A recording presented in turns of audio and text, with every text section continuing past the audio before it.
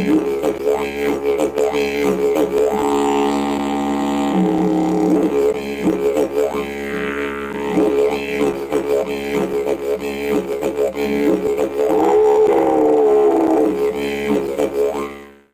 now. Come on, guys. Here we go. Hey, guys, what is going on?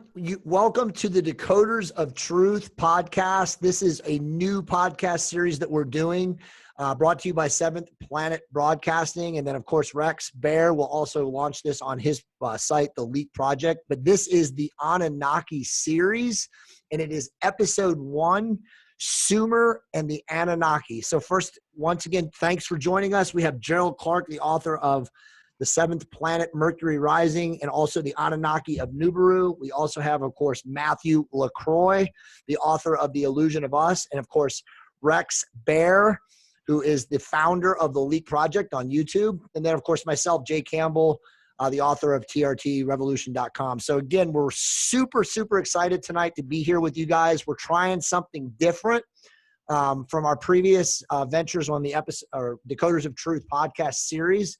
And we're going to go and do a massive deep dive on who the Anunnaki were. Okay. So first off, from my standpoint, I am a massive student of the Anunnaki. I have read almost every book that I know of that's out there, from Tellinger to Sitchin to Neil Freer. And then, of course, I found Gerald's work, okay? And Gerald's work, in my opinion, is the seminal work on the Anunnaki that's out there. His book, The Seventh Planet, Mercury Rising, was the first book that truly tied everything together for me. Now, obviously, I had read his first book, and he was like one of the only guys I saw or had mentioned and really put it 2 and 2 together about, the human energy body and structural integration, because he is a structural integrator. And he really started to understand like latent DNA circuits and make it understandable for lay people such as myself. And then his next book came out about a year later. And that truly, guys, if you haven't read that book, okay, it is the Bible about the Anunnaki. There's nothing out there. All of Sitchin's books, Michael Tellinger's books, which are, again, very good, Freer's books, they're just not as comprehensive and, in my opinion, as dialed in as his Seventh Planet book was. So, again, I'm going to let these guys talk about who the Anunnaki were in depth. Just be prepared to go on a journey tonight, and then hopefully in follow-up series to this that is going to literally blow your mind. I'm going to move on to the next slide. Okay, so who are the Anunnaki? A lot of people have it in their mind in the notion that that these are just myth and these are just something in figment of someone's imagination. Whereas we look at all the ancient gods of the Greek culture all the way through the Middle East, and we realize that these gods they speak of are actually these Anunnaki beings. And so where does this story go? These Anunnaki came from a planet that was an invader planet with a dwarf sun that became trapped in our solar system. And there's been extensive cuneiform tablets like the Enuma Elish that have gone into the creation on how Ki became Earth and what it is now. And so we look at the evidence on Earth of these cataclysms and this massive change with our moon that is just this strange anomaly that we have, and they all lead to this violent past that occurred from this invader planet called Planet X, Nibiru, or Wormwood. So here we have this planet that became trapped in our solar system. And as every time it would pass through on perihelion, its atmosphere would become rapidly destroyed from our sun. And so every 3,600 years, this massive elliptical orbit planet would come through, and it would become destabilized and destroyed from the solar radiation, and they would be forced to find a means to replenish and repair their atmosphere. And so they had to seek out the planet in the solar system they were in, our solar system, even though it's not ours, our solar system, to find a planet that had the most gold possible. And that planet was Earth, Ki. And they came here to find the element Au, gold, which is one of the most intrinsically important elements in all of the universe. If we look at what you break everything down to and what it composes of, and you look at the periodic table, the alchemist's path of understanding where all the elements fit in and what they do to various beings and the bodies we reside in, you begin to understand everything. And so gold, if we move past the idea that it's simply a materialistic thing, we can realize that the types of properties it contains are so unique that beings would want to travel vast distances across the stars just to obtain it. Gold has this unique property where it can reflect 98% of incoming radiation. And so all of these things, these concepts, coming up over and over again all throughout human history for gold. It's not about materialism in our aspect. It's about the importance of this element and what it does. Not only does it repair atmospheres that we've seen, but it can be the elixir of life for monatomic gold for beings that could live for thousands of years. And so that's some of the understanding that we want to get across, is the importance of what gold is and why they would want to come here and go to the great lengths that they did to acquire it. So I wanted to mention, if you think about a shipwreck sinking down the bottom of the ocean with all these different precious metals on board, you have silver on it, silver coins on it, you have copper coins, and you have gold coins, and they all sink to the bottom. And they're being exposed to the salt water and the oxygen and all these different components that are attacking it. And then, hundreds of thousands of years later, they get dug up and scuba divers emerge and they find them. And the silver is green, the copper is green, but the gold looks like nothing's happened to it. It's Still like gold. the same thing as the same day that it was found, because gold is eternal. And that's the properties that it contains are part of why it is this elixir of life. So Matt, real quick. So speak on like the gold transference of the world, right? Like it's in every culture. People wear gold jewelry or give gold as this, symbolic, wealth or aspect of wealth or explain that, talk about that. Well, so if you think of the primitive cultures that exist all over the world, the reason they're obsessed with gold is because they're the ones that have been forced to find it. They're the ones that have been forced to find it and make it an obsession with their lives. I'm someone who prospects for gold, and when you find gold, it's a bug inside you. It's an addiction. It's an addiction like gambling. It's an addiction like anything. So you're saying the Anunnaki put that's kind of our latent DNA programming to search and hunt for gold. What this story is going towards is looking towards the fact that we're primitive workers to find this gold for the gods. It's mentioned that we were created to toil in the Abzu so that the gods didn't have to. And that's mentioned in the Enuma Elish, it's mentioned in many places. And so we have been mining for gold, it looks like, for over 250,000 years within our generations. Fascinating. Yeah, I might add that as soon as you make gold the currency basis, am I on mute or can you guys hear me okay? No, we hear you. As soon as you make gold the basis for currency, then everybody that's working essentially is gathering gold for whoever made that as the basis of currency, whether they know it or not. Right. Exactly. Yeah. Okay, go ahead, Rex, and tell us about some of these more modern day aspects that we might not think about for where gold might be.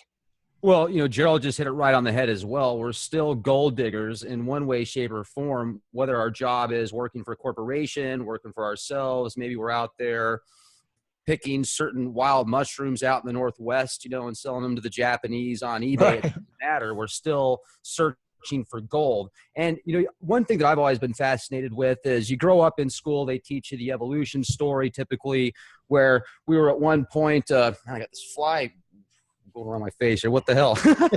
Anyway, that was a gold digger. A gold digger. It's one of those nano drones. It's coming. Yeah, a little nano fly attacking you. Yeah. So, excuse me 1 second.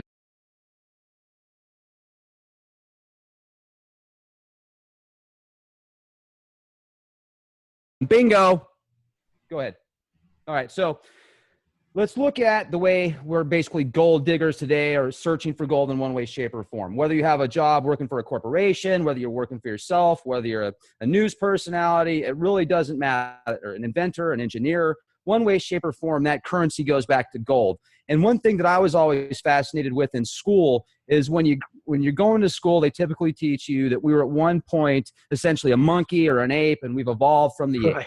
Okay. Well, okay. So you think, well, why didn't all the other apes evolve as well? But beside the point, when you look at the possibility that the original human beings or Homo sapiens essentially were altered, that might essentially make up for that quick jump in evolution. So I can certainly see these combinations here. And it seems like now it's just more of an advanced form of slavery. Yeah, we have more opportunities. We have more jobs. We live in comfortable lifestyles. We don't have to search and pillage as much anymore for food. We have, a nice roof over our head, basically clean water, except for the fact that most of it has fluoride in it and other things. We can get rid of that. So it just seems like now it's more of an evolved form of slavery. Now, this is one of the nice things about Decoders of Truth, Leak Project, what Gerald does, what you do, Jay, what you do, Matthew, is we essentially give people an opportunity to wake up. This information has been suppressed for so many years. And once people realize what the truth is, as far as, okay, we're still slaves to the system. Right. And we're doing things essentially that we have to do to survive in this lifestyle. But now with these programs, we have new opportunities. So if we can essentially break out of that, hey, we don't have to be gold diggers anymore. We can do whatever we want and still survive in a very comfortable manner. Yeah. Well said.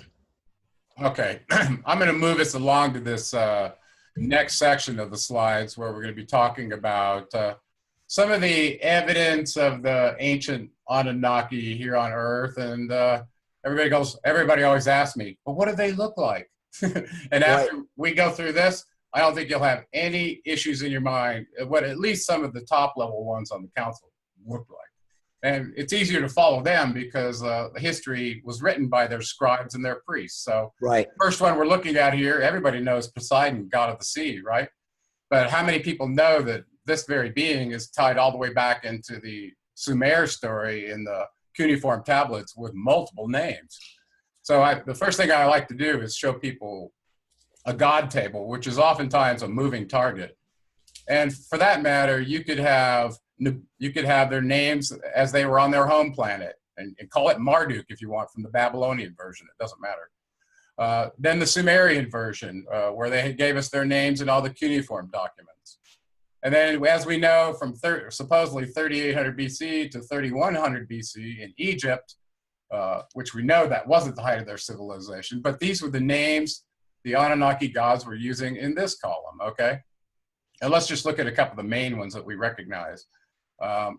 In the first writings from Manetho, he talks about Tal, the developer, being the first god for 9,000 years. This is the first dynasty of Egypt before the demigods and the pharaohs came along. Okay, so the very first one. And he talks about 4 dynasties, and this was the first one. The one that came right after him was Thoth, and he served for 3,000 years on that. Okay, so between father and son, are we surprised after reading the Emerald Tablets that these guys are the ones showing up in Egypt? We shouldn't be, okay? And then there's the rest of the crew too. You've got Anu and Antu that show up as Geb and Nut, and they're in the creation documents for the Egyptian Book of the Dead and several others. You'll see them. Of course, now you realize that's the father and mother for Enlil and Enki right here, and Ninhartsog here. So all 3 of these, those are their parents right there on the council. Okay, so let's just do a couple names for the big ones. We oftentimes talk about Enki and Enlil being so opposed to each other, and I've highlighted in yellow some of the Enkyites here. Enki here, in Nibiru, he was called Ea, and Nudimmud in the Enuma Elish, you'll see him there. And his wife Damkina had a child who's not shown on here. In Sumeria, he was called Enki. In Egypt, we mentioned he was called Ta, and he was also called Osiris. In Greece, he was Poseidon. And in Rome, he was Neptune. Okay, and as you know, Poseidon was the chief dweller and the only deity of Atlantis. Okay, so there's your connection from the dweller of Atlantis to Poseidon himself, right there. So what we're trying to say to everybody that's watching that's not as advanced is what we're saying right now is, guys, all of the mythology that you read, hopefully you read mythology, right? Because it's fascinating. It led you to where you're at today. But all of the mythology you read is not mythological. Mm-hmm. Well, this is based on real beings that were on our planet. That's right. So we start out in history with the Greek gods.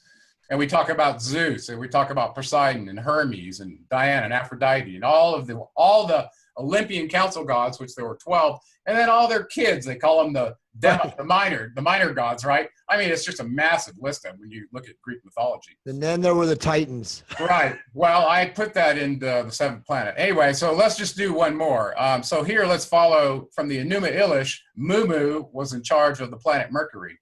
Okay. It turns out that in the very beginning of that account, his father, Ea Nudimmud, tells Mercury that he has to mask his radiance and remove the countenance of the sun and put it on himself. They got some problems with their planets coming into into perihelion, and we'll talk about that. So he shows up very early in the count.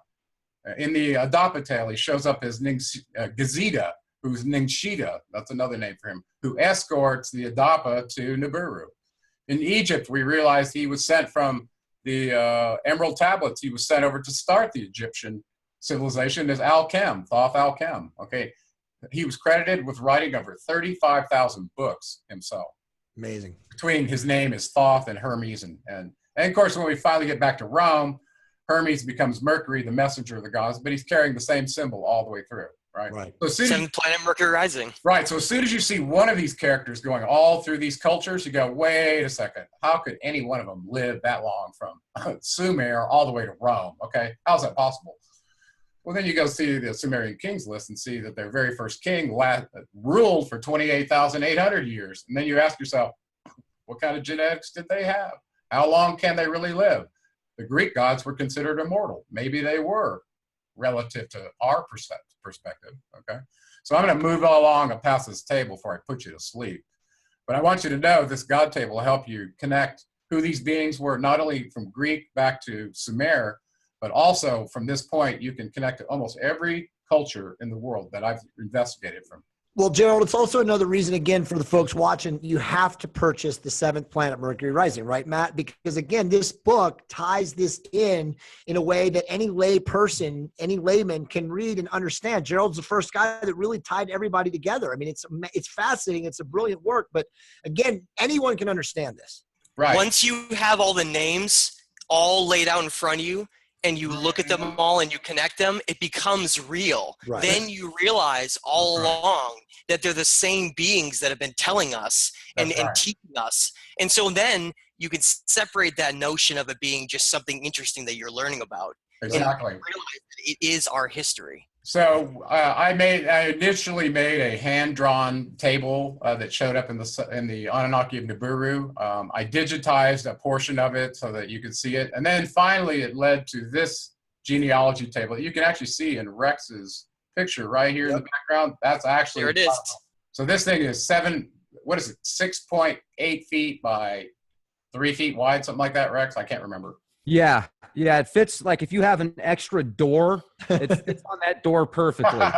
But it's the map. And it's portable. And it's got all the names right there so that you can look at them and see them at one time and go, okay, that one was the father of this one. And then it brings it all together for you. It made it so— Yeah, I mean, Gerald's research is so amazing in this. And again, Matt just hit the nail right on the head, knocked it out of the park. The truth is, when you see this, if you're a seeker, it's like a lightning bolt. And all of a sudden, like, wow, I can really understand this. And my small, puny, primitive worker brain can comprehend this. Well, I took a scan of this old document that I had, and I had notebooks full of pictures and relational charts and everything else. I mean, scads of it. I had it for 9 years. It was kind of my hobby before I wrote a single thing about this, okay? Well, this was one of the old ones I had, and I was trying to get pictures in my head of the different symbols they had from the myths of Mesopotamia and so on.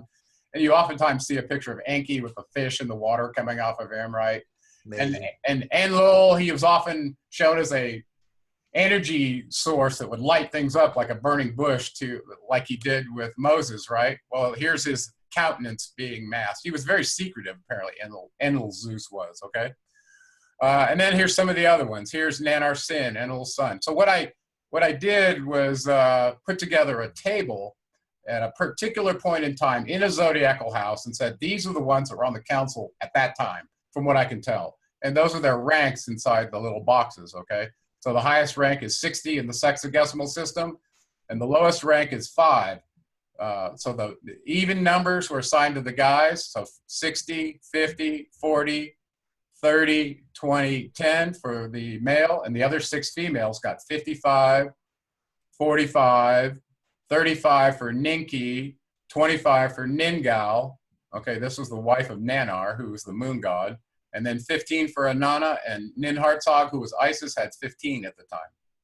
Don't you think it's kind of fascinating that you look at the hierarchy system of the kingship that the Anunnaki possessed, and then you look at where our social systems with kingships developed during our early primitive time, and you can see that it was an exact model that was just handed down and given us to put us in those roles. We think that we created civilization like this. Yeah, it's actually, it's the total opposite. Well, let's make this real for people, just real quick, and we'll talk about just comparing and contrasting Enki and Enlil. You can see Enlil has a higher rank at 50 than Enki.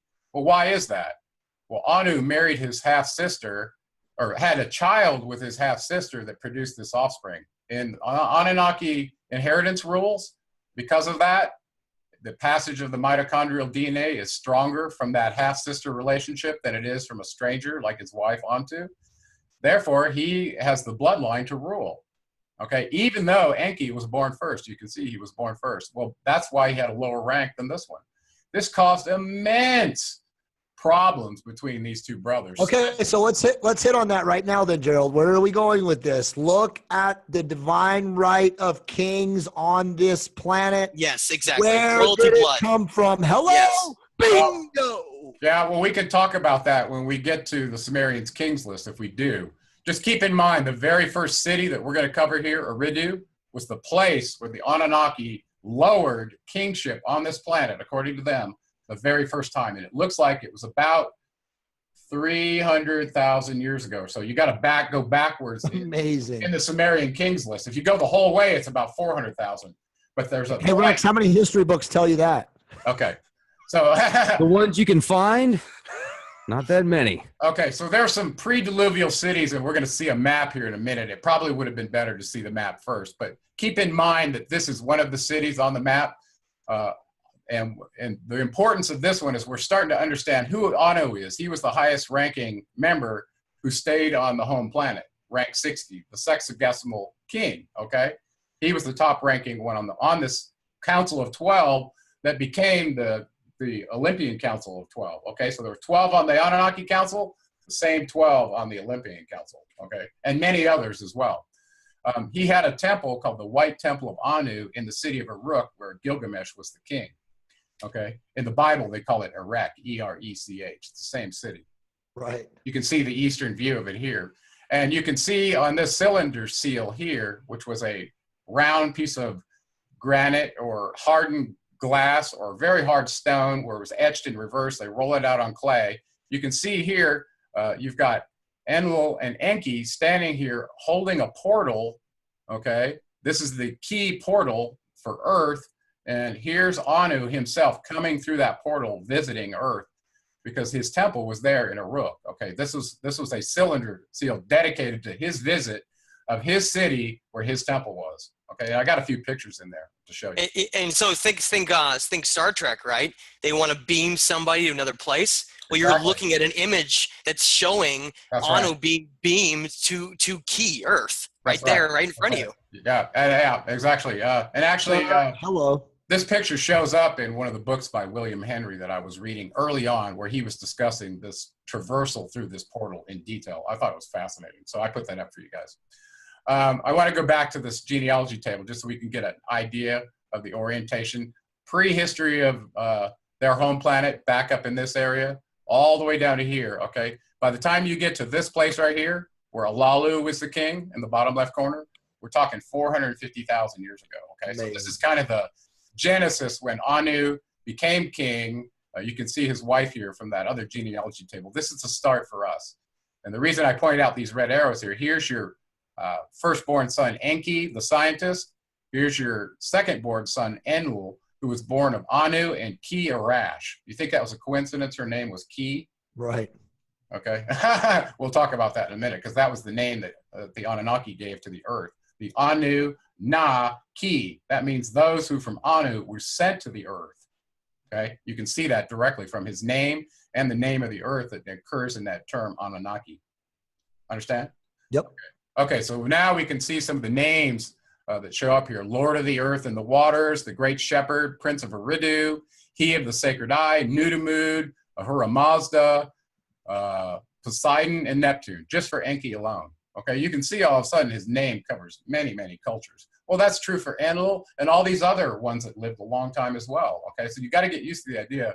They had an also known as name list that kind of, when you understood that, you could follow them through the different cultures. Let's do a few. And many of them pretended they were gods, so we always need to think about that. Well, it looks like every culture they started, and we just played this game with a screenplay. All I had to do was change the names in the screenplay, and the layer of mystery got much, much deeper, didn't it, Matt? You had to look at. Well, Gerald Absolutely. and Matt. Well, Gerald and Matt. Important question again for the lay people out there following along. We have a lot of very advanced seekers who watch us, but we also have newbies who are awakening. So, what culture didn't they start? That's a very good question. I have not found one yet that they were not the gods of at some stage. That doesn't mean to say there weren't some other races that spawned some genetics that got intermingled. It gets very complicated when you start intermingling other genetic races together, and you're like, okay, where'd they start, right? Right. And I want to point out, some of these cultures were started by some of the more light side of, the Enki side, the more compassionate side, and then were later taken over by the Enlil side. So you can see a transition point. It's not black and white. It's not like they started them and then they were pristine all the way up until they are now. We were talking about warring factions of family members fighting over and using humans. So go ahead. So Gerald, real quick, just a quick question. I know we want to push through this, but should we discuss the Abrahamic religions right here for a second so people can correlate this? Let me go ahead and read you some names of Enlil so we can bring that out. And we're going to go ahead and do some individual pictures of these guys. Now, notice what we're doing. We're starting right where the father and the mother started, the progenitors that show up in our documents. Some of these other ones do too. Zin Uru right here, this being right here at the top of the chain, shows up in the Emerald Tablets as the name being sung by the cycle masters to open a portal through a dimension. Wow, right there, okay? Yeah. Similarly, here's another one, Lama and Lahama. Well, these turn out to be names they use in the Enuma Elish for planets. And that's true for Anshar and Kishar as well.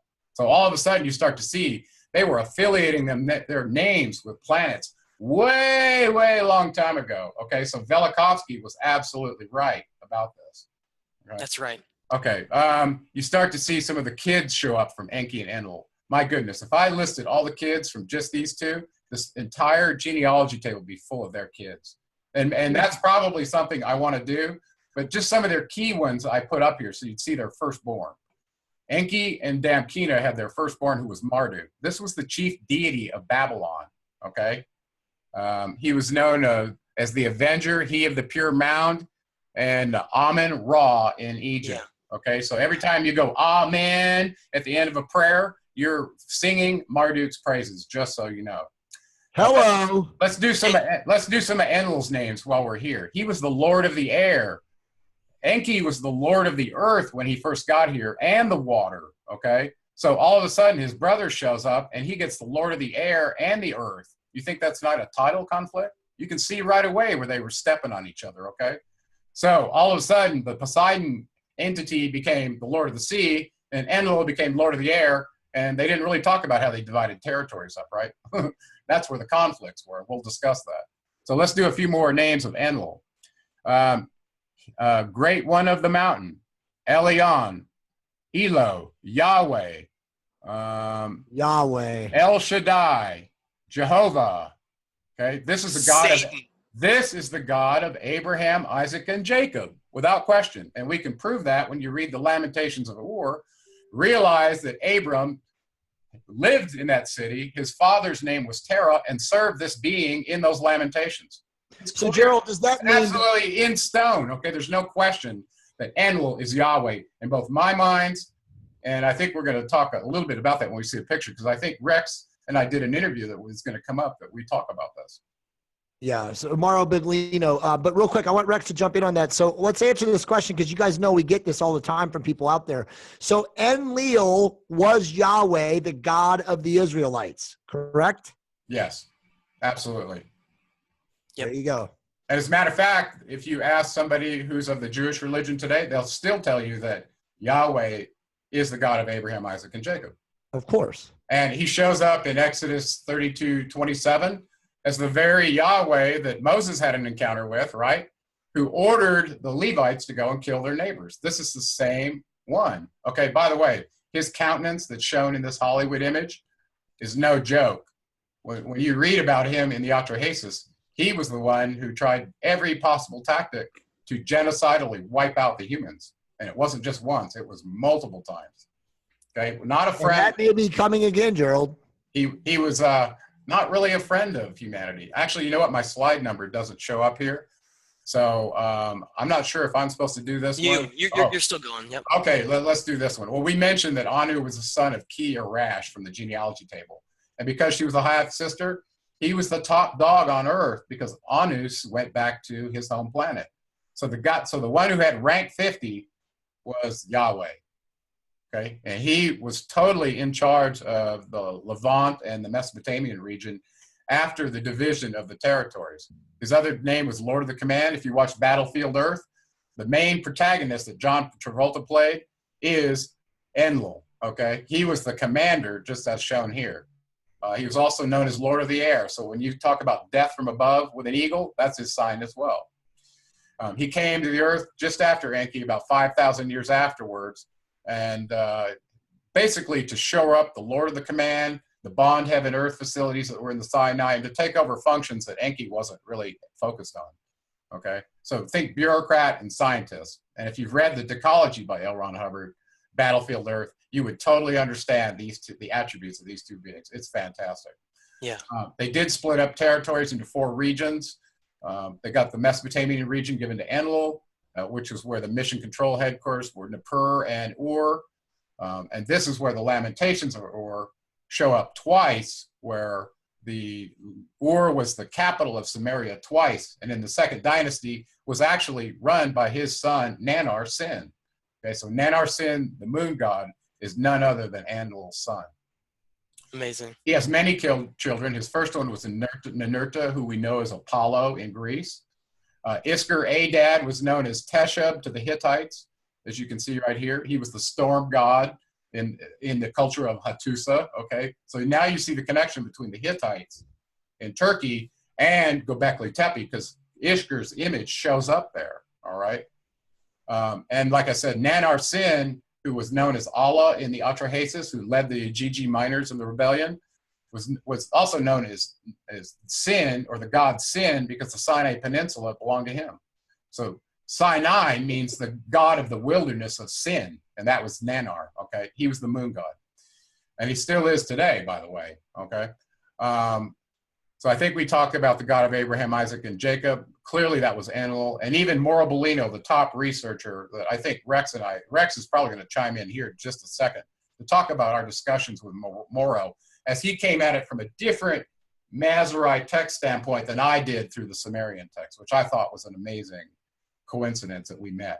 So once again, Enlil's names, Yahweh, Jehovah, and Zeus. So if you go read the Greek mythology about how Zeus played the primitive workers like marionette puppets, as he had them in the Jason of the Argonaut King invade the kingdom of Thessaly, right? And all the destruction he caused. He goes, well, Zeus told me to do it. Right. And Hera says, no, he didn't. You did it of your own accord. So he likes that game of luring you into destruction and then making it all you. Rex, what were your thoughts on Mauro Biglino? Well, Mauro was a great guy. When he was on the Leak Project, we also had Gerald on at the same time, and it was almost like a virtual mirror what they were talking about. And the neat thing about Mauro was he actually worked at the Vatican. He did translations directly for the Vatican for years. And the information that he brought forth in the book will forever change the way you look at the Bible is literally like reading a Zachariah Sitchin book or, Gerald Clark's works. It just parallels incredibly. So I found it quite incredible. when we had an opportunity to speak with him. Yeah, I think if I were to have to quote Morrow when I pinned him down, you know I did. But listen, Multiple times. I found out Morrow is selling shirts with Yahweh on the front of it, talking about this ancient alien, the greatest assassin of all time. He and I are in total agreement about this role that he was playing. Does that make him bad? No, that's the role he was He fit playing. his role, Okay? right? The duality role. Yeah, right? actually, he shows up in the Critias by Plato when he was called in at the destruction of Atlantis. The one that was called in right when the Critias ended was Zeus to come in and reign in the destruction because of the baseness and the fallen state of the beings of what happened on Atlantis. And just for That's right. everybody out there watching, guys, what's Morrow's book's title again? It's the last book you'll ever read about the Bible, I think it was. Wasn't that correct, Rex? The book that will forever change the way you look at the Bible. The book that will ever change the way you think or look about the Bible. So we'll link to that. We'll link to that book on here because Morrow's book is absolutely highly credible, as Gerald says, and it's for all of you religious, Christian folks out there. That's the book you need to pick up. Yeah, absolutely. If you start with that and then you read the Anunnaki of Nibiru or get into this level of detail, it'll all make sense to you. Yeah, you'll blow your mind. It's the first thing that Morrow says is, look, everybody at the Vatican level and higher and our translators, we all knew that all the Hebrew texts came from the Sumerian documents. They predated them by thousands of years. That's crazy. So they all knew it, but none of the people in the churches that believe this is the word of God and it's absolutely true, they never got told. So they're still operating with the authority given by the church saying, yep, that's true. I hope people watching this, Matt, really, understand the level of detail and depth that we're providing right now. I mean, we're basically telling folks that regardless of your religion has been subverted. Yeah. Am I doing? Basically, we think of it as a rewriting, right? So there's core values that are shared all across religions across the world. And that's because they share from the very same place. But they were rewritten with an editorial oversight. And the master editor, Enlil. And now the master editor that seems to be is Enlil. He loves to pretend he's God and then has these little slip-ups where they mention we and us and these various things. And then you get an idea that this is an actual being who's pretending to be God to rule over us, and he's a cruel and unjust God. And he's really not the real God. And he's jealous. If you read the Ten Commandments, what kind of creator of all would put a specification up in? Well, he's not the creator. Well, I know. Exactly. This is the point. That say, I'm a jealous God. Don't you have any of the other ones in front of me? Well, let's think about this for a second. Okay. Yeah. Here we have on the screen, we look at Enki. And when I look at the two brothers of Enki and Enlil. You want to go back? You want to go back? Go ahead. Go ahead and go to the table really quick. When I see Enki and Enlil, two sons of Anu, I see this perfective duality on every level. How does it get better than this? I mean, Enki is of every aspect of light. He is a scientist. He is obsessed with learning the genetics and furthering life and furthering every aspect of growth, whereas Enlil is a jealous commander, war chief who wants to, increase the army and raise the strength of the armies within Nibiru and their empire. Mm-hmm. And you look at the contrast between those two, and it really is dark and light compared to what we perceive on each scale. Now here we have Enki. And it really is like he is the father of humanity. If we get out of the aspect of creator of all being the great father of everything, I see Enki as the genetic father of us, where he tampered with and spliced our DNA to where we have these several different divergent sapiens that exist on the earth right now. And hey, Matt, let me talk to this picture. Just give everybody a context. Go ahead. What we're looking at here, okay? So let's go back to this picture here on the Temple of Persepolis in Iran. Persia was started by Kem Zarathustra, who was none other than Ningshita, Enki's son. So this is Ahura Mazda that's shown here. That's Enki. Okay, you saw that from the chart. Okay, here's another picture of him in a gold placard in Iran. Here's a picture of him from Babylon, where he's showing with the Dagon fish head, representing that he's the Lord of the seas. Okay. So when you receive, and you can see the water coming off of, so you saw this a lot with Enki, the affiliation with the sea and images like that. Now this one is another really nice picture. You can see the Sumerian-looking beard and the braided hair and all the kind of things that they presented themselves with. So people go, what did they look like? Like a reptile? No, these are their pictures. Here's a statue right here. In the Greek god statues, look at what Poseidon's statue looked like. These were archetypal looking beings. Right. They were the perfection of genetics, okay? And here's another great one over in the bottom left corner. Here is a picture of Poseidon with his trident in the United States Capitol Dome building as he's being portrayed laying out the transatlantic cable in a boat, okay? Because right next to him is his son, Hermes Nigshida, who's handing a bag of gold to Robert Morris to fund the Revolutionary War. So you tell me Enki and Nigshida, his son, were not involved in starting the New Atlantis experiment of the United States. Right. Exactly. Right there at the very beginning, okay? Hidden in plain sight. That's right. And like I mentioned, so both of these brothers who are fighting over who can control Earth during these times, like Gerald mentioned, they both have the title of being the lords of the Earth, yet they conflict because technically Enlil is a higher rank than him. So the decisions that ultimately get chosen in most cases are his. But we look at this and we see that it follows the exact model of where civilizations have been destroyed and where they've flourished based on interactions with Enki and pushing, like you mentioned, the Revolutionary War and these truly triumphant moments with human civilization where we made great leaps. Whereas on the other side, we see these interjections from Enlil and Marduk with these massive wars and all of these plagues and all of these things that have occurred to us to try to stifle that same thing. And so these two brothers commanding of the earth at the same time are using humans to try to take our timeline a certain direction. I think that's fascinating to think about. You want to comment on this crop circle that shows Enki's name here in ASCII?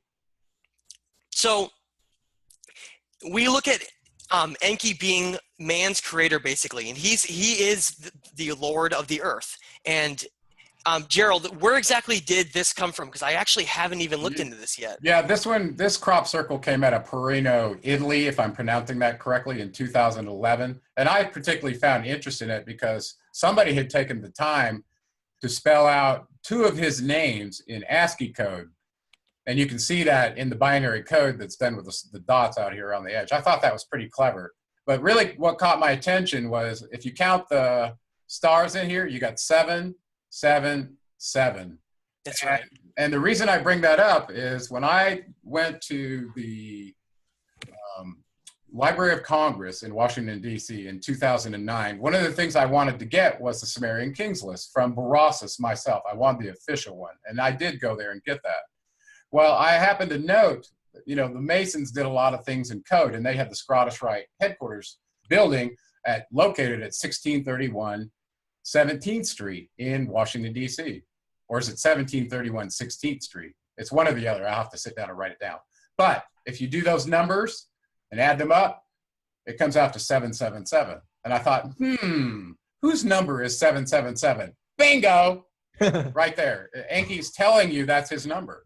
Okay? That's right. So it's very, Isn't it very amazing that we have 7 chakras as well? Exactly. And we're on the 7th planet, 7 days of the week. Yeah, totally. I mean, so the number 7 and number 12 are both really special numbers. And so are sexagesimal numbers that start out with 60, 600, 66. All of those are related to sexagesimal math. So think about that now that you're thinking about who's the number of the beast, right? Right. So anyway, That's right. I did that in one of my shows. I think you got one more here, Matt. Let's see. Let's see if you got one more. Okay. Oh, So now we're on Isis. So we mentioned that Enki is the father and the kind of the great geneticist behind the splicing and creating Homo sapiens like we are now. Well, then she would be the mother of humanity, and I find it amazing that the name mother comes out of her name. And if you look at Isis and this tarnishing that's going on, that is happening all across our society, these names that are being tarnished, like taking something like a pyramid and tarnishing and turning into this Illuminati symbol, taking something like ISIS and using it as a barbaric name for a higher Degrading it, mercenary absolutely. terrorist group, right? Mm-hmm. These are disgusting ways to take who was the mother of humanity and drag her, you know, down the road to just throw her under the bus for where it's actually she is the mother who helped take in and bring in the kind of the essence of what we are. And Gerald's got some incredible images here where she's portrayed all over the world. Gerald, do you want to speak to some of these images? One of the ones that really catches my attention is this kind of House of Shimti depiction of a laboratory where Ningshita is shown here in the middle. You know, he was a master geneticist carrying the caduceus around just like Enki did for a while. And these little jars, these clay jars that show up in the discussion in the Atrahasis, okay? And then the little human that's being held by none other than Isis standing here, you know, in the creation of life. So this is the story of us they're showing on these cylinder seeds. Fascinating. Gerald, let me ask you a question real quick. Do you think that these were just priests, like actual Adapa us, drawing this stuff, or these are Anunnaki scribes that were drawing these things? Well, way back here at this time, we didn't even have humans that had been trained to be able to be a priest, because Adapa was the first one. So these are Anunnaki depicting their, like in this one, look at the detail on the cylinder. Right. Recording their history. Right. I mean, yeah, and the fact that Nin Hartsog was known as so many different names. The one I really like that everybody knows about is where she was known as Isis. Right. Okay, and she plays the same role in the Isis Osiris Horus story. Now that you know that Osiris was Enki, was her half brother, it totally makes sense, right? You see that now. Okay, so Fascinating, man. Anything else on that one? Okay, I really found it fascinating to see her depicted this way in this middle picture in the caduceus with the double helix of the DNA, which you also saw Thoth, Hermes, and Enki carrying that symbol as well, but it eventually ended up as Ningshita Thoth's primary symbol, and Hermes and Mercury, the messenger god. He always carries the caduceus, right? So here she's showing her role as the geneticist as well in this affiliated statue, and look at the crowns on her head. Do you think that doesn't have some affiliation with the French statue that's sitting in the New York Harbor? It certainly does. Certainly does. She is liberty, right? What about the Saturday morning cartoons, guys? Remember from Hanna-Barbera with Shazam and Isis? Remember the symbology there? Yeah, so Isis is being smeared right now, like Matt mentioned in the public. She's the three-letter agency's destructive army. And so she's being affiliated with barbarism and destruction, whereas she's the mother of humanity. So it's kind of like the opposite, right? It's amazing, man. Well, the same thing is going on with the other three that were involved. Enki has been portrayed as a devil holding a pitchfork, right? So they took his trident and turned him into a devil, right? Because he shows up in the Garden of Eden holding the caduceus and having a discussion with Enlil, where he gets portrayed as the snake that eventually gets smeared as the devil. So you can see this role reversal that's gone on because of who wants to be portrayed as the victor, right? So, which makes it impossible for humans almost to keep up with. I mean, it's just unbelievable. They switch sides, they're back and forth. Yeah. So on this one, I kind of want to bring Rex in here because Rex has been diving in deep on lots of Gnostic documents that are tied to this being. And Jay and I were just talking the other day. We found this really great picture on page 311 in Manly P. Hall's book of all the symbols affiliated with Thoth, as Manly is describing him as the basis of all of this knowledge. So it's funny, he describes what the ibis head means in that picture, which I did not know before. Why did Thoth affiliate with an ibis head? I'm not going to tell you right now because we're going to hold you as a little bit of a mystery, okay? But there was a reason he did that. Here he's shown with a Merkaba symbol, which is the as above, so below, showing the star tetrahedron of our human energy body and how it's related to the 19.5 azimuth line on all planets if you study torsion field effect physics, okay? So here it is, okay? As above, so below, with the energy in your body as well. And look what he's standing on top of as well. Exactly. The Exactly. eye wars. Well, that eye had to do with the third eye, which it turns out not the all-seeing spying eye. Pineal gland, right? This had to do with the pituitary gland, third eye. Okay, was what was part of the mystery school progression through the chakras. You know, getting here, and actually, that's the place in his ritual in the Emerald Tablets in Tablet 15, that when you end your mission as an avatar on this planet, where he tells you to hold your consciousness, to take that with you, so you don't have to lose your consciousness, land in an avatar body, and not have everything you got in the last incarnation with you present. Imagine having that, how different your life would have been. Okay. Right. So Ningshita Thoth, he was Enki's second born son behind Marduk.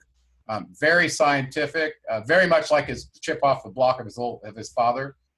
And it turns out that he was commissioned by many high-level sources, from the dweller of Atlantis, Anu himself, and the creator of all, the Manders, as the universal spirit to be mankind's teacher through the ages of darkness. Yep. Isn't that amazing? Absolutely amazing when you find out that all these documents he wrote, through all these avatar instances, all these cultures, they all pretty much say the same thing when you dig into them very deeply.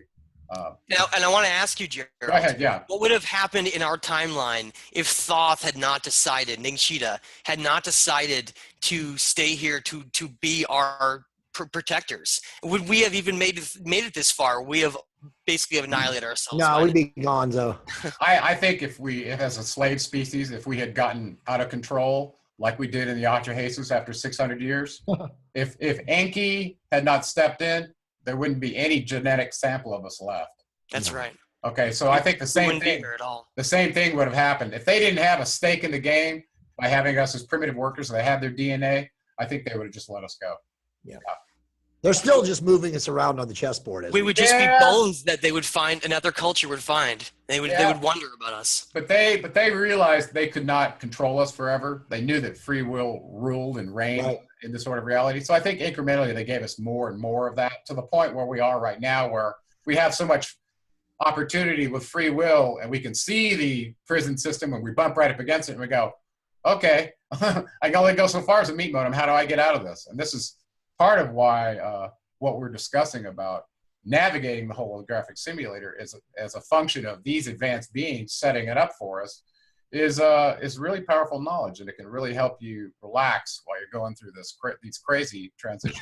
Thoth is the great teacher. Everyone should remember him as being, you think about, Gerald mentioned, he wrote 35,000 books. I see him as being the great teacher. Oh, absolutely. Actually, he's the Lord of Wisdom. He introduced the calendar and writing to how many different languages? Not only Sumer, Egypt, the Mayan culture is Quetzalcoatl. Okay, he's the one that will pack you up with some books and make you hermetic next to your bed and go, okay, get under that green light and learn what I'm telling you here, because it doesn't change over time.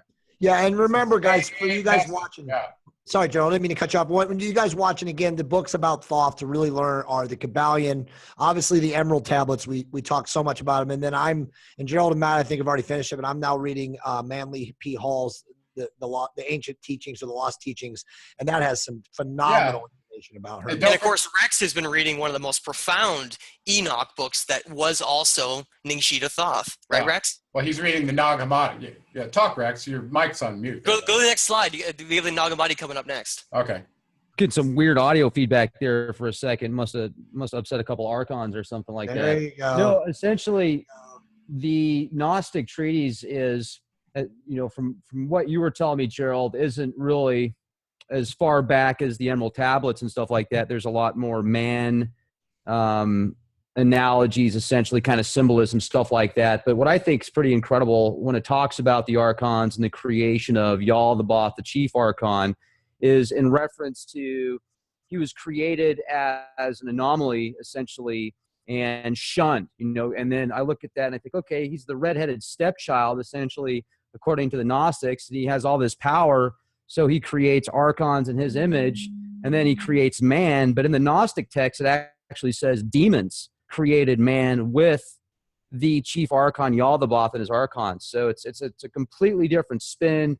And then the serpent is actually trying to help Eve. And if the serpent, as Gerald is saying, is Thoth or Enki, actually, I think then that would kind of put another connection there that I could see the duality. But if they're just roles in this virtual simulation, I go back to an article that I read just yesterday where we don't have anything to worry about because Bank of America says there's a 20 to 50% chance we live in a virtual reality system anyway. So when the financial system collapses, it's okay because it's just in our heads and we're just wearing VR sets right now. So they're getting prepared for that, but I'm digressing. So, but wait a minute. You just hit on something, Rex. How fascinating is that Bank of America would say that publicly? I think it's a way for them to basically, another out to when the currency does just drop completely. It's like, well, it's just a virtual reality system. You don't have to worry about it. So we're going to create a new currency that's all digital anyway, because we're in a digital world. It just makes sense. It's Speaking amazing. of currency, look at the evidence we can further look at for Anunnaki on Earth. Yeah. I put this up where this is the back of an Iraqi dinar. Notice this is a $25,000 bill. You think they hadn't deflated the currency big time? Wow. Yeah. Well, if you look at this being here with the little Sumerian headdress, I know it's not very clear. It's hard to read. He's holding his little, he's got his staff and his tiara, all right? He's the ruler, okay? Imagine he stood up relative to this being here, how tall he would be. Exactly. Yeah, and actually you have to ask yourself, is that Marduk? Because guess what's right here?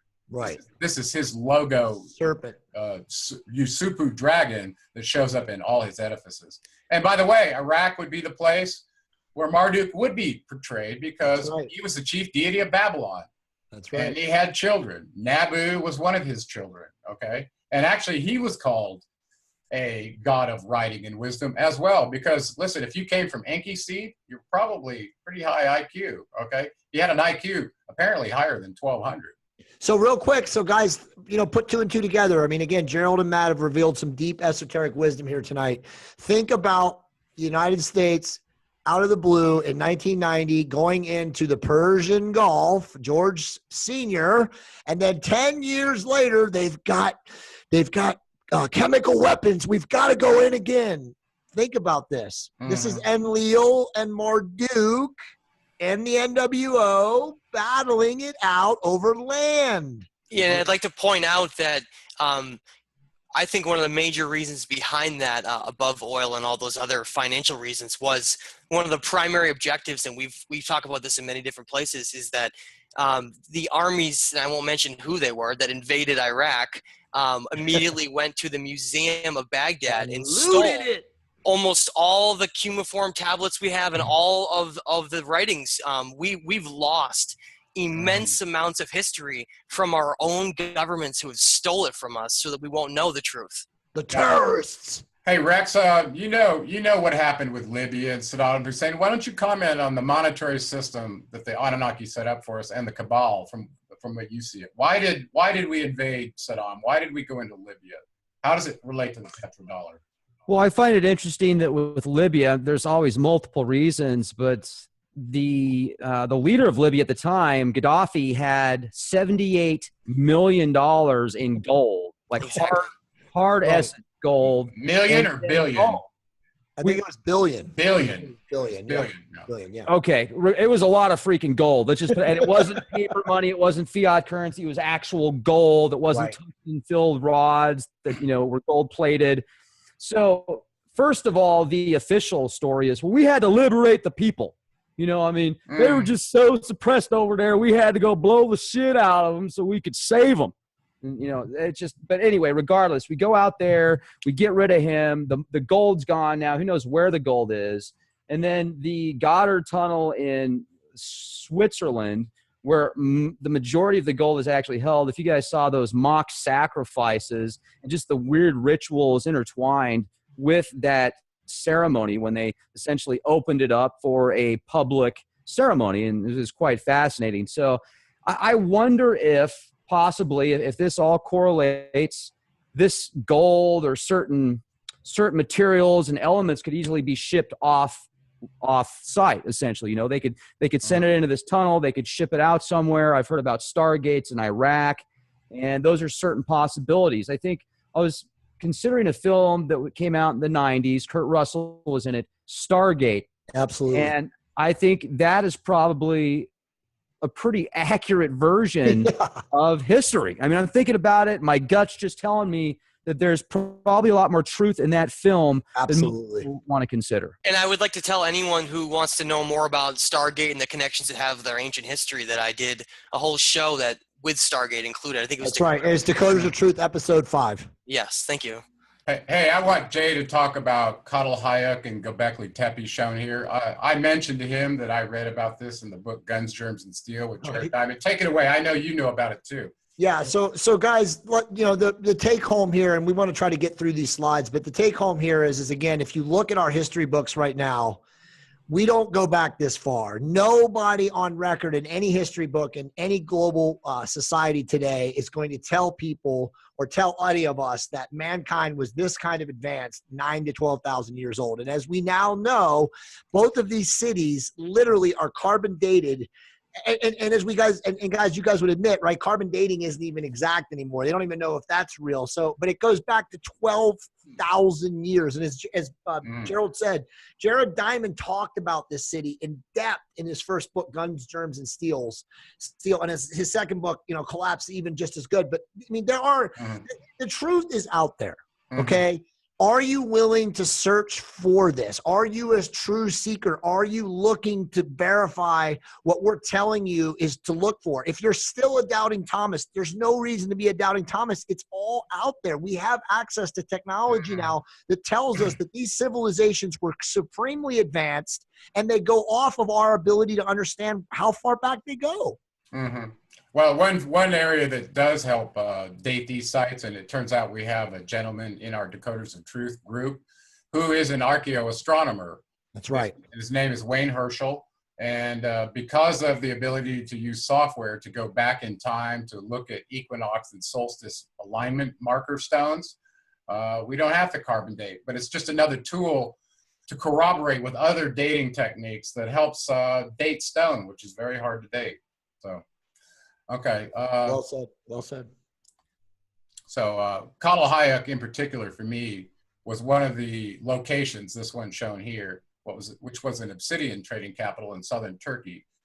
While I was traveling back and forth to Turkey, really caught my attention and made me realize I don't know the history of civilizations on this planet. I thought it was Egypt and Sumer, okay, as far as everybody knew. All of a sudden, here's one that's not 3,800 BC, but we're talking 9,000 years old. So it's 7,000 something BC. Okay, it's like, wow. Okay, so now you're starting to get past even the 5,500 BCE stuff you saw in some of the Sumerian wars that went back and forth between Assyria and the capitals of Sumer. Okay, so that predated the height of what they called the Sumerians at 3,800, but now all of a sudden this is much older. So I was a little confused about chronology and history once these kind of things came up. Well, I think we all know now that our history is just completely fabricated. Yeah. Who's talking about Okay, this? So let me go into the epic of the Enuma Elish. We have these representations of what occurred in our ancient past, and a lot of what was written down was largely lost. And so all we know are these remnant cuneiform tablets that we've been able to find and recover and been able to study and look through. And the Enuma Elish represents a massive amount of information that's stored on these cuneiform tablets that describes the creation of Ki, Earth, and all these gods that were shown fighting and designing the stars and the planets to where they are now. And it's basically metaphors describing these Anunnaki gods and how our solar system came to be the way it is today. And it's the oldest evidence we have to describe what really happened. And in these creation myths, we also get to see these players that come back over and over again, like we keep talking about, to show how real they are, like Enki and Marduk and Enlil, and these key players keep repeatedly showing up in these ancient Sumerian cuneiform tablets that are being found all over the world. And so, Gerald, let's go to the next slide to show some further images of it. And here you basically get to look at, go back one, you get to look at what's being described of these battles. And these are this is stonework that we've been able to recover and look at, and they're all descriptions of these great depictions that are in the Enuma Elish. And then, speaking of that, look at the detail of the stonework. Amazing, these are premier artists that have to be using some advanced tool to do this work. Look at the calf. It is amazing. Oh my gosh, look at the feathers here and the detail of the feathers and the decorations on the feet and all the hairs and hair. I mean, it's just fantastic detail. Even every feather's got its own marks on it. It's like, wow. Well, I mean, you can imagine too, Gerald, the genetics of these Anunnaki beings, at least in their dimensional, and they appear in the three-dimensional to us. I mean, look at the guy's calf muscle, right? Like, why would you have a muscle like that defined and that muscular if that's not the way they look? Well, exactly. I mean, do you see any fat on their bodies? Do you see any bad slouching or bad structure or any? Incredible, man. These are like perfect genetics. It's unbelievable, actually. Mesomorph City. No. So anyway, here's another picture of the Enuma Elish. That kind of looks like a dog biscuit with little wedge-shaped stylus marks all over it. It ought to be amazing to us that anybody was able to ever figure this out, but they did. And one of the persons who figured out this particular tablet was none other than George Smith at the turn of the 19th century at the British Museum, where he was the first one to notice in the Epic of Gilgamesh that there was a flood story there. He taught himself to read this cuneiform script. So I thought that, and he actually wrote his own book that's fascinating for anybody who wants to go buy one of his old books that's still in circulation. Fascinating. So, absolutely. Yeah. Okay, so let's talk about the Atrahasis. Here we have another cuneiform tablet with the same names being repeated. You can start to see this consistency that's being found in these records all over the world. The Atrahasis is just another cuneiform tablet that's talking about Enki and Enlil and the creation of mankind and the flood story with Ziusudra, Noah. All of these stories that we know about, we think are myth, that are being recorded all through religious stories, they're from these original tales that are real, and then we've been made to believe are simply myth. Yeah. This is the being that shows up in the story of Atrahasis. He also shows up in the Epic of Gilgamesh. In the book of Genesis, we know him as Noah. Right. Okay, but this is the very same being. So Atrahasis, Ziusudra, Utnapishtim, Noah. Right. Exactly. Okay. Fascinating story. Incredible. Okay, let's talk about what the Atrahasis is, first of all. From what we understand, this particular cuneiform script that was discussed by Stephanie Dawley in the Myths of Mesopotamia was decoded by the University of Oxford, talks about the creation of man, the Anunnaki Council that got together in Africa, the problems they faced in getting gold in their mines, and the solution that they came up with when a revolt occurred with the workers that they brought with them. And that's our story. This is our story.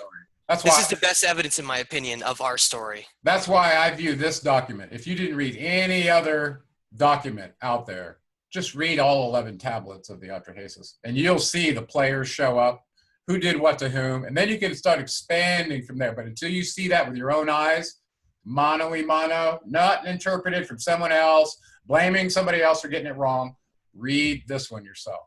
And I actually put this on my website. So, and it's read to you so that anybody that wants to see this can get it.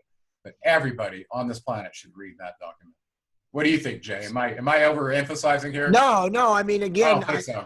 I think that these are just, to me, if you're not still with us, if you haven't read these books on the Anunnaki that we continue to talk about, this is the way to start. If you don't want to, because obviously, Matt's work, they're interpreting these documents, but these documents have been transcoded now and they're available, as Gerald said. I mean, these are original.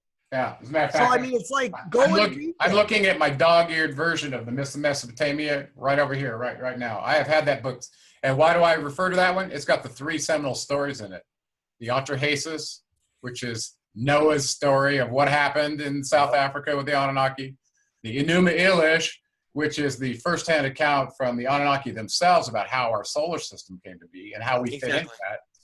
And then the Epic of Gilgamesh, longest known epic about a king who was from the city of Uruk, who wrote about what his particular genetic problem was and why he went to find Atrahasis anyway. Right. And that story in of itself is so telling about the Anunnaki genetics and their expected lifespan, and the idea of these Nephilim who became very tall beings. They became what the Bible calls. So explain the Nephilim. Explain who the Nephilim are. Okay, well, according to the Book of Enoch and what happened with these GG miners was what it looks like. They, along with some of the Anunnaki, decided to take humans for wives because they didn't bring any women to this planet when they came here to do this remote mission. And after a while, because Enki designed them so good, these human females had an Anunnaki DNA, and they, of course, found them attractive. They look just like they did, right? We are them. That's we are them, right? So when the Igigi had children with the offspring of Enki through these bipedal hominids, the males had a particular issue in that they became what's called a Gaborum. Their bodies would grow very tall. They would outgrow their internal organs. And this is exactly what happened to Gilgamesh, the king of Uruk. He was taller than anybody else in the town. He was wrestling with lions just to show him how they were like cats to him, right? So Gerald, interesting question off that then, because we get this all the time. So the Anunnaki incarnate themselves here didn't have that problem, but it was this DNA combination. Right. It looks like the females did not have this problem, and it had to do, from what we can understand, is the disparity in the sensation of gravity for these avatar bodies they were building relative to the ones that were already adapted to this gravity field, because theirs was probably different than ours. And so these are the giants. Right. Mentioned. I was just going to go there. So the guy in the Decoders of Truth, to give him a shout out, Xavier Hayes, his book is coming out in 2 weeks, and his book is the most foremost researched book on the giants ever written. And he has proof that there were actually species of them in North America, Native American burial grounds, that were literally, they were 20 feet tall. Well, if you go to the Bible even and go to the Golan Heights, there's an edifice, a circular edifice there called Gilgal Rephaim, which was the last occupied place by the king of Og, the last king of Bashan, remember? Right. Well, this is where Goliath came from, was from that clan, and he was a big, tall, looked just like a human, but he was very, very tall, okay? Right. He was of that offspring, what we believe of the offspring of the Igigi, breeding with the bipedal hominids, that the primitive workers that Enki and Ninmah and Nixia created. Well, what's so fascinating, I guess, about the giants, and I don't want to stay on the giants, we could talk all night on the giants, but literally when the conquistadors came to America in the 15th and 16th century, and as you know this, Gerald, close to where you are right now, they found some of these guys and were in literally like awe and shocked. They were, the reports are some of them were cannibals. Yeah, they found caves full of red-haired giants in North America and things like that. So yeah. Okay. And I'd like to point out just one more thing too, is these giants that have been mentioned all across the earth. Their footprints have been found in many places, and Michael Tellinger shows some incredible examples of these massive footprints in South Africa that you just can't refute. Yeah, they're insane. That was the 20-footer. In fact, that would be the 20-foot species in that picture that he has in his temples of the Anunnaki. That's correct. Well, what I find amazing is these bipedal hominid footprints around the Rift Valley that are caught in lava, and up in Utah as well, in the Badlands of Utah, where they looks like some upright walking beings were around the same time some of these upright walking reptiles were too. So, so clearly our history goes way back. And one of the things I really want to bring out about this slide is in the Atrahasis, it talks about this ritual that Enki performed along with Ninmah, or Belet Ili, the womb goddess, on behalf of the Anunnaki, that over a 3-sequence event of on the 1st, the 15th, the 7th, and the 15th of the month, Enki performed some sort of ritual, sacrificed one of the Igigi beings, who he tells us who his name was. His name was Yahwehla, and took his essence and put it into the body that was created in vitro with his half sister. I mean, this is high science and magic and understanding of quantum physics and electricity and the energy body of the human all in one. So what you're witnessing right here is the creation of the very first avatar. That's right. In my opinion. And nothing has changed since then. We're all avatars when we finally realize this from this last bullet point. Okay? So I wanted to drive that home. And I think from here on out, I think we're going to kind of do some picture walking through, and everybody's going to comment on some of these items. What's up to you, Gerald? We're well over an hour. I'll just walk us through real quick, and you guys can make commentary. Sure. These cities, though, that he's mentioning, I just want to point out, Gerald, these are real cities that have been mentioned in all of these documents. Absolutely. That are the places like you think of Garden of Eden, or you think of some of these locations where some of the mining was done that's mentioned. Yep. They're real places, and Gerald has been to them. And so that's what I want to really nail home. Yeah, so let's talk about a couple of those. Nippur was their mission control center. Okay, that's where Enlil ran his Lord of Command stuff primarily. Sippar with their spaceport, situated right between the Tigris and the Euphrates, using the IP point of the Mount Ararat in the Zagros Mountains as the approach axis, heading from the south to the north. Shuruppak was the medical center for none other than Nin-Hartzog, Isis, and it was also the capital city for the king of that city, who was Noah. Go back and read in Genesis, when the flood came, the king of Shuruppak, Noah was the king. There it is right there. Bad Tiberias was the ore processing center that was up in Mesopotamia. Okay, that's a real city, and we have real evidence that they were using various methods to melt metals long before we ever thought they could. Larsa and Lagash were navigational aids as part of the approach axis into Sippar. Ur, this is another city very close to Nippur. Ur of the Chaldees was the capital of the second dynasty of Sumer, where Enlil's son Nanar was the king in Sumerian records. Okay, and you'll see in the Lamentations in my second book where Enlil and Anu decided to destroy that city, while Ningal, his wife, the princess or the queen, and Nanar, the king, were in that city when that happened. Okay, right there at Ur. Okay, and that was Enlil's son that he actually killed. Exactly. So the idea that Enlil's son was the moon god of the Muslim world should not surprise people if he's the God of Abraham, Isaac, and Jacob, the progenitor of the three religions. Right. There you the go. fact that one of his sons is running one of them should not surprise you at all. Okay, and then the last city is Eridu. This is the Earth Station 1, first city mentioned in the Sumerian kings list, where Alulim was the king, was lowered there, and served 8 shars on the Anunnaki, on behalf of the Anunnaki. The first city on Earth. Think about that. First city. According to their record, it should be 420 to 450,000 years old. Eridu. And that's why the Garden of Eden is talked about so extensively, because it is where mankind was created. Right, yeah, the cradle of civilization, right? The Garden of Eden was a plain that also included the gardens that were kind of hanging gardens, like eventually showed up in Babylon, in Enki's temple city in the Mesopotamian region that he maintained, even though Enlil took over the territory, was Eridu. Yep. And we may have some pictures here. We'll blast through these. So let's get oriented. Here's Baghdad. Babylon sat just south of Baghdad, about 60 kilometers. Here you can see Sippar. Oh, here's Babylon here. Okay. You can see Kish and Borsippa. We focused on the pre-Diluvian cities. Here's Nippur and Uruk and Ur and Eridu. Okay. There it is. See, we're almost down to the Persian Gulf here. Amazing. Where the Sea of Reeds, this area right here, the water used to be up higher, and this whole area was covered by reeds. Now, if you look closely, you can see the 4 rivers coming into Eridu.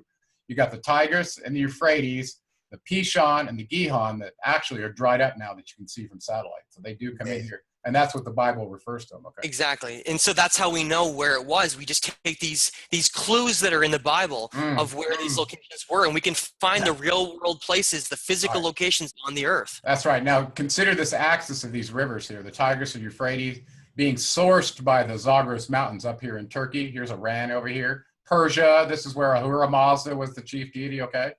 Well, if you follow this approach axis, when you get up in the Zagros Mountains, you'll see Mount Ararat, which sticks up way high here, so that you could, as a pilot, you could go, okay, if I align with that and I'm down here near the Gulf, somewhere in between these rivers is where Sippar is. Boom, there it is. Wait a minute, isn't that where the Ark crashed? No, I'm just kidding.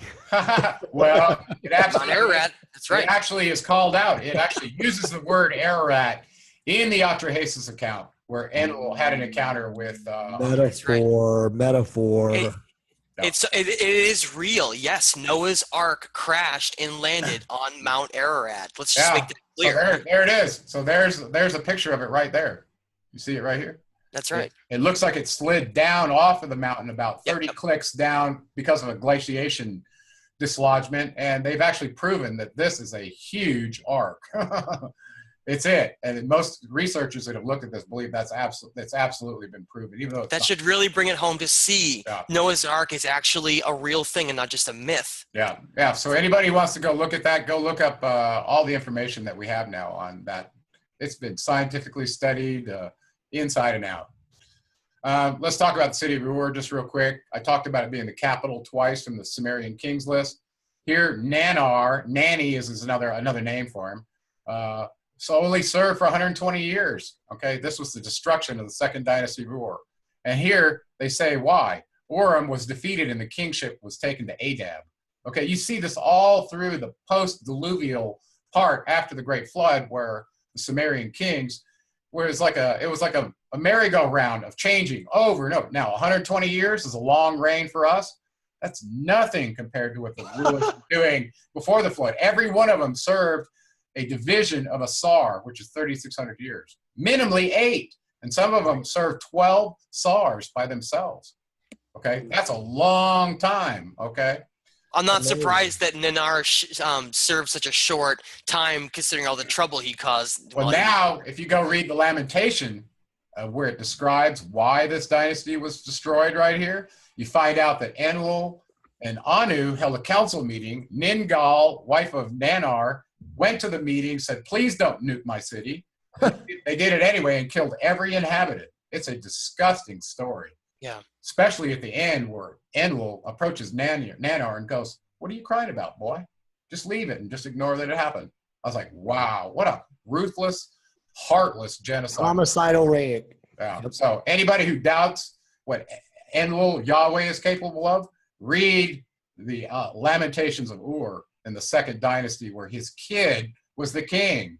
Okay, and you'll see what we're talking about. He annihilated his son with nuclear weapons. Yeah, well, actually, his son and Ningal got away, but the rest of the town did not. Not like they're not trying to do it still. Their bodies were strewn all over the ground, and when you go to Mohenjo-Daro and places like that and realize that these old skeletons were never scavenged by animals, it's because they were so radioactive that you couldn't near them, okay? Well, Gerald, there's large swaths of the desert that's been turned into... Exactly. So the idea that the Anunnaki had nuclear weapons way back then, they certainly did. Okay. And there's nuclear glass you can find in the desert. Whatever energy weapons that they had, whatever they were very powerful. Right. So powerful in the Mahabharata that the energy of one of them could take the flesh off a standing elephant and burn it, incinerate it completely.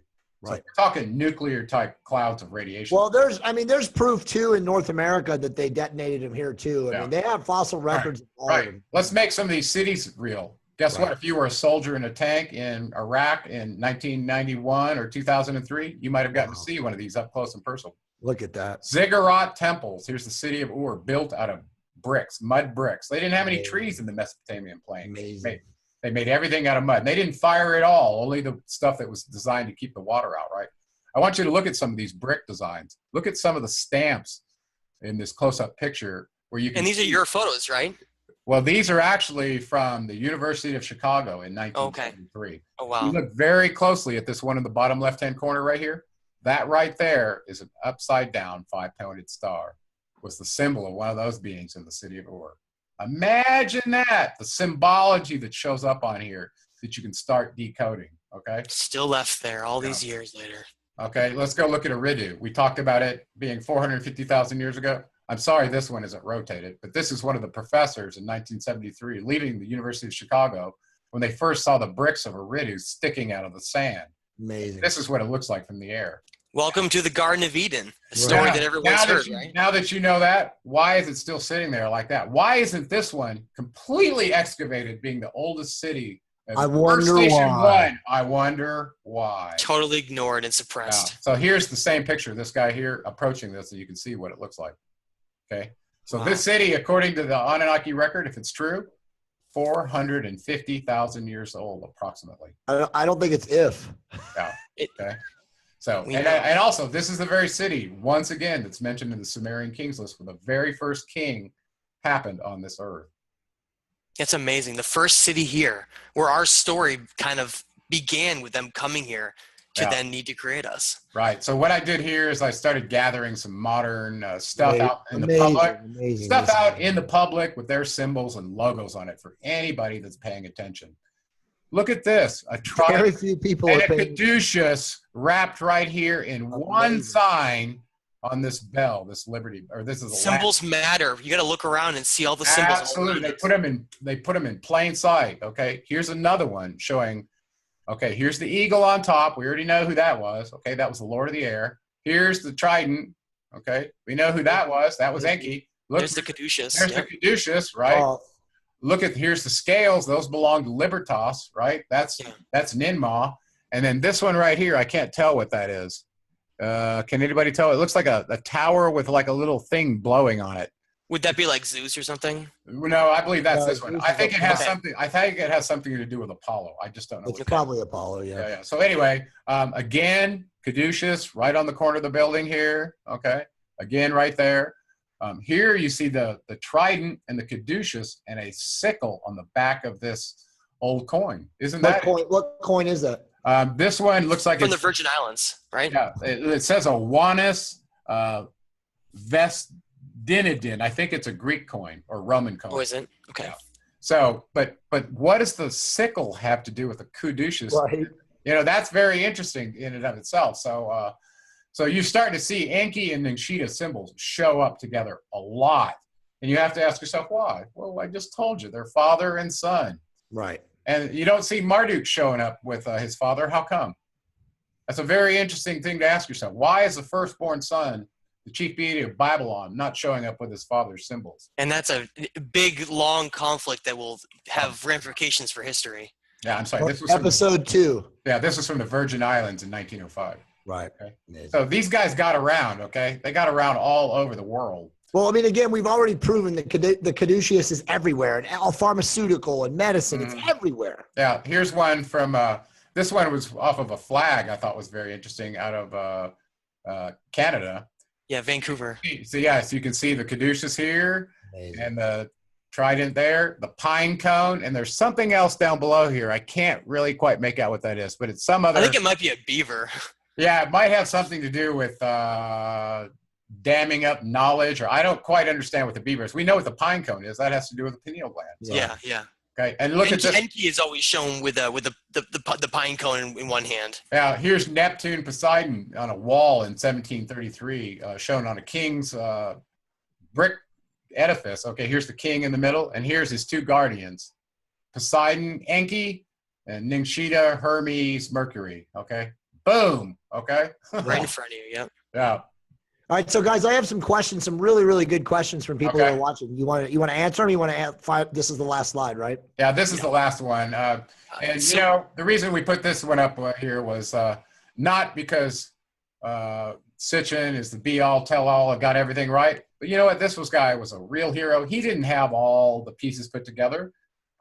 He was very concerned, being a non-English speaking person, to be talking about other people's religions and the kind of stuff that he would have thrown his way back in the early 70s when he was doing this. Okay, it was a different world then than it is now. So, Yeah. So you know, this is the famous cylinder seal VA-243 that's blown up.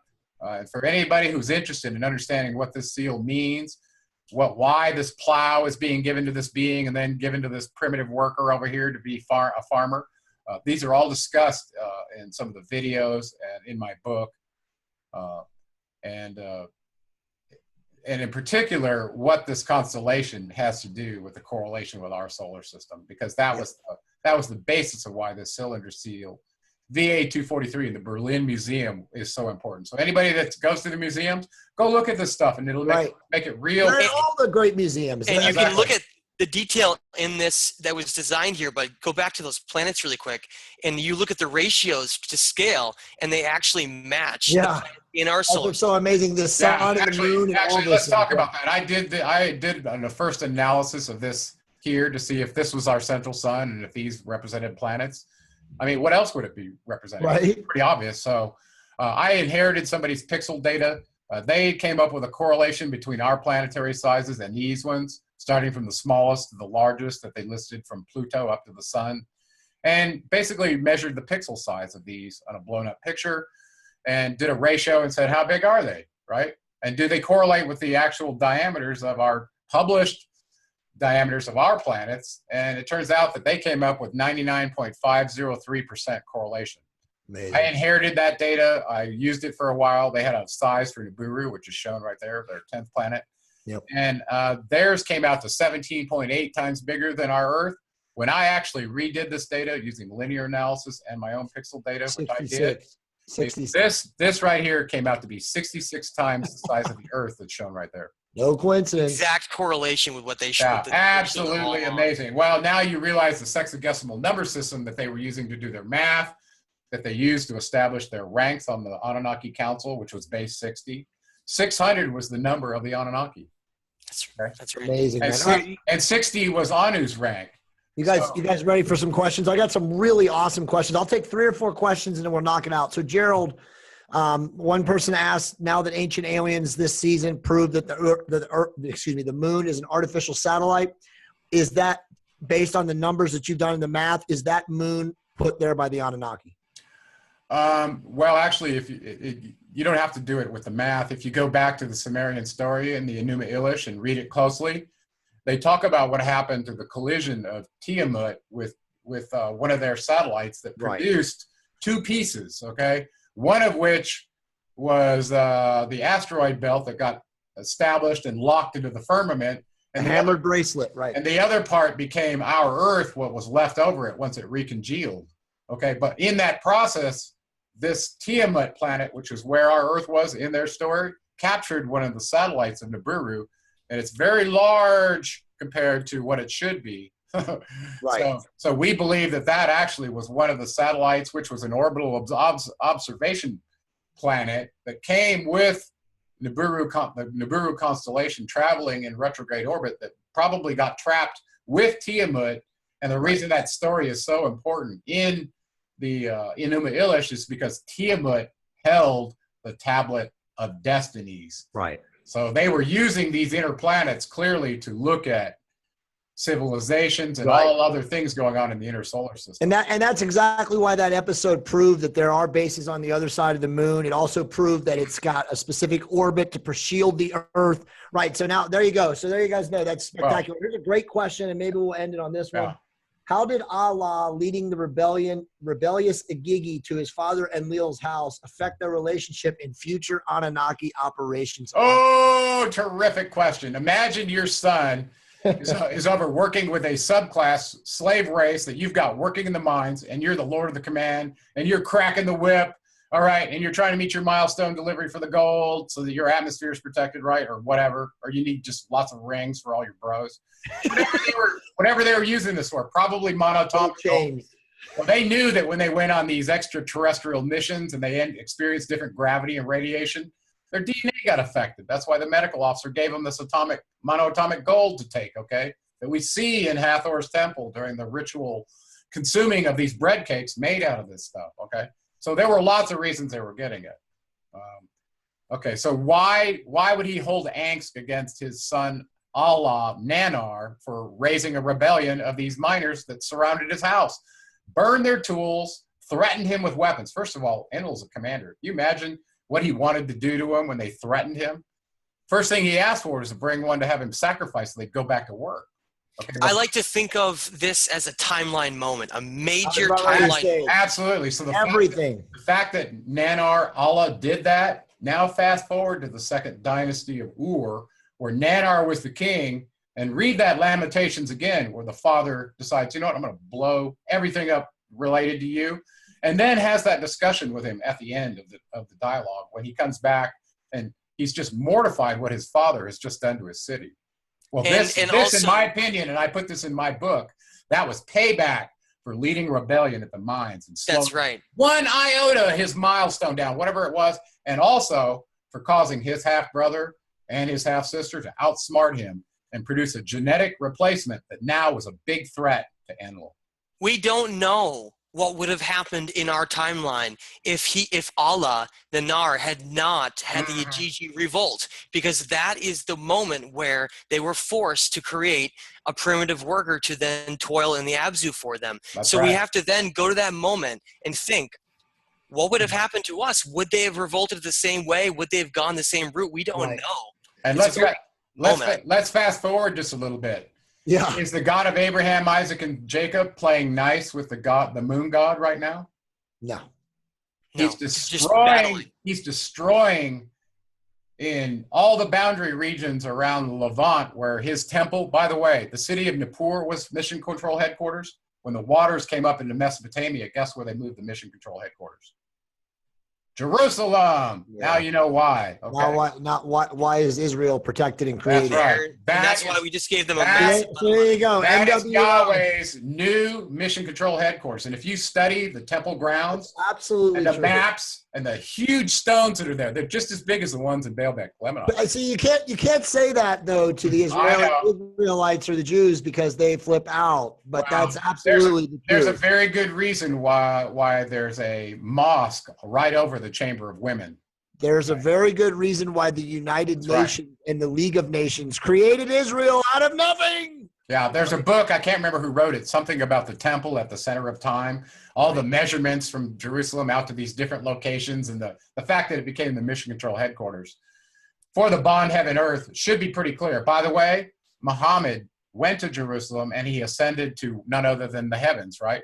Just like the Adapa ascended from that area, from Eridu, and went to visit Anu. Guys, this has been a fascinating podcast. Final question. Don't know if you can answer it, but it's so good I got to ask it. Okay. Can you guys explain the Holy Trinity in terms of relating it to the Anunnaki? Would it be Father, Enki, Son, Thoth, Nigadisha, or Holy Spirit, Ninharsag? Or does it have something more to do with our creation? Or is there a better interpretation that you can figure out? Madam, I'll let you go out on that one, then I'll follow up with you. Your eyes got big. So repeat the question again. I want Well, to hear Father, Son, Holy Spirit. Right, the Trinity. The Trinity, how does it relate to the Anunnaki? You know, we look at the Enki side of this family, and it really comes down to three players. It is Enki, Ningshita, and it is his sister, Isis. And those are the trinity of that bring us our creation, our absorption of knowledge. They are the three that are leading us out of the darkness. They're the three that are the reason that we're here right now, and they are the trinity of our entire past and future. Gerald, what do you have to say about those? Well, three? I think you're right in terms of the beings that were our genetic progenitors, but I'm going to take it up a little level higher.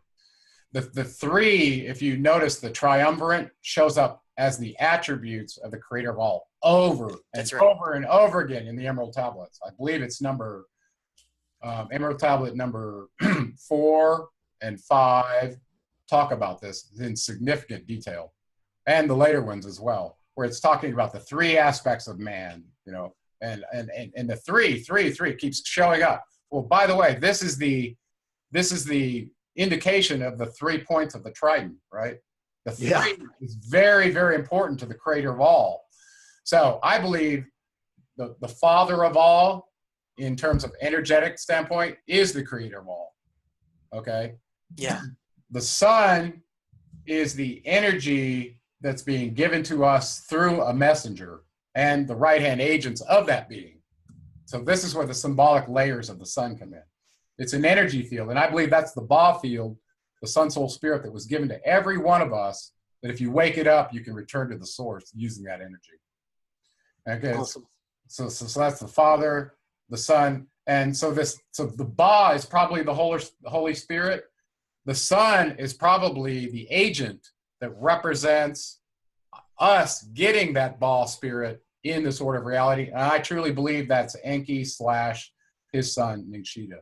because they played that role with the cycle masters to make sure we got that in this order of reality to get to a great year and have the opportunity to ascend, to be, you know, at a higher level like they are, if we want to, because that's our free will choice. They really are the guides of humanity. We owe them everything.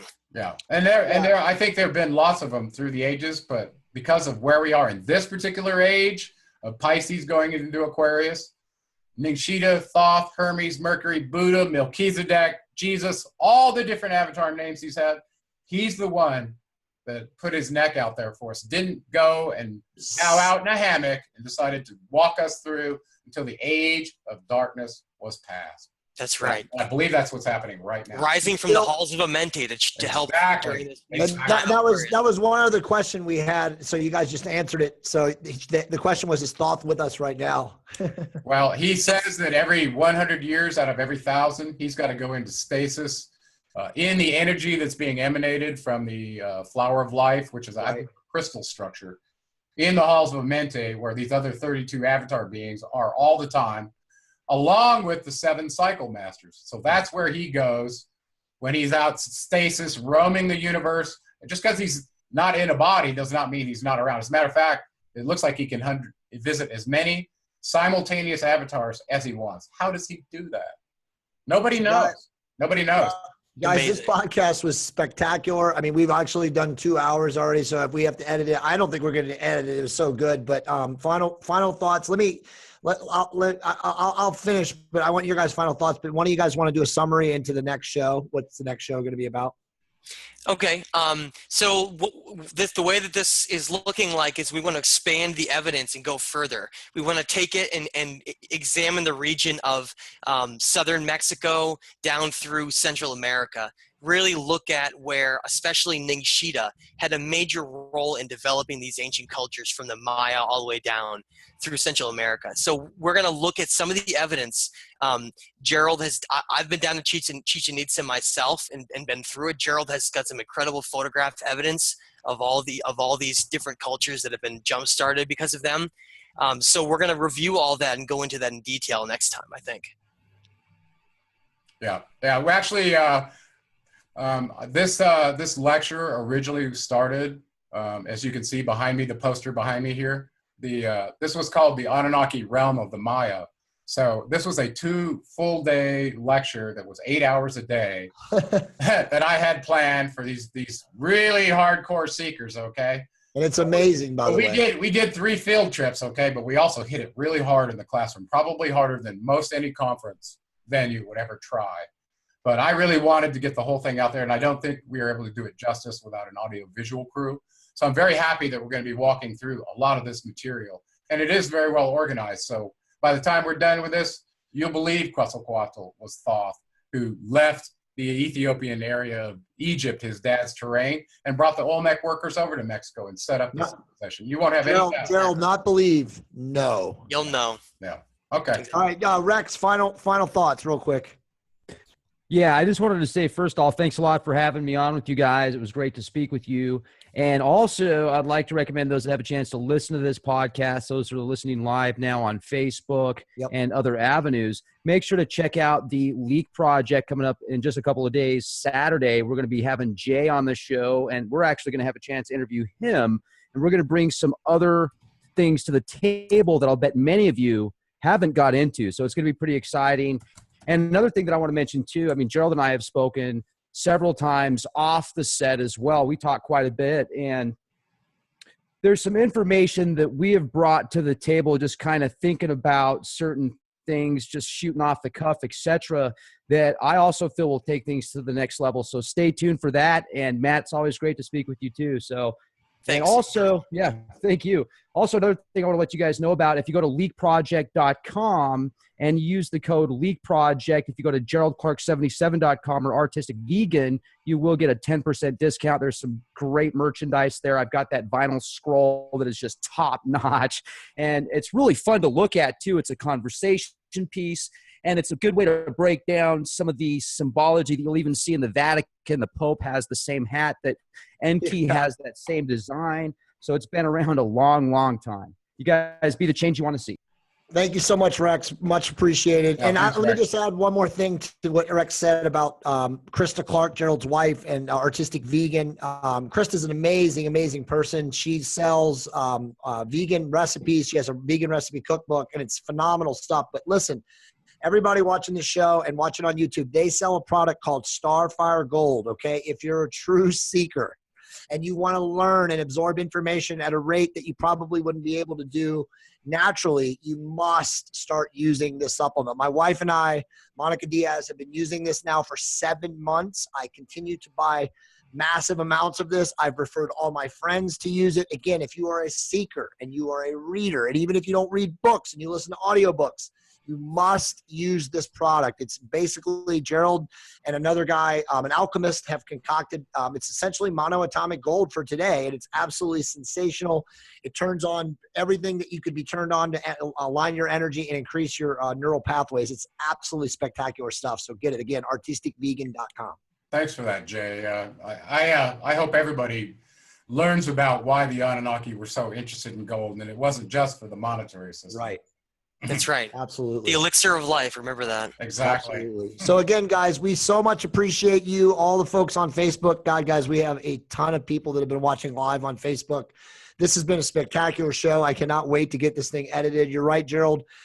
Your lecture, we didn't do it justice because it's so comprehensive and amazing. But I think for an initial foray, I think this was a strong, strong position and platform. We put it out there.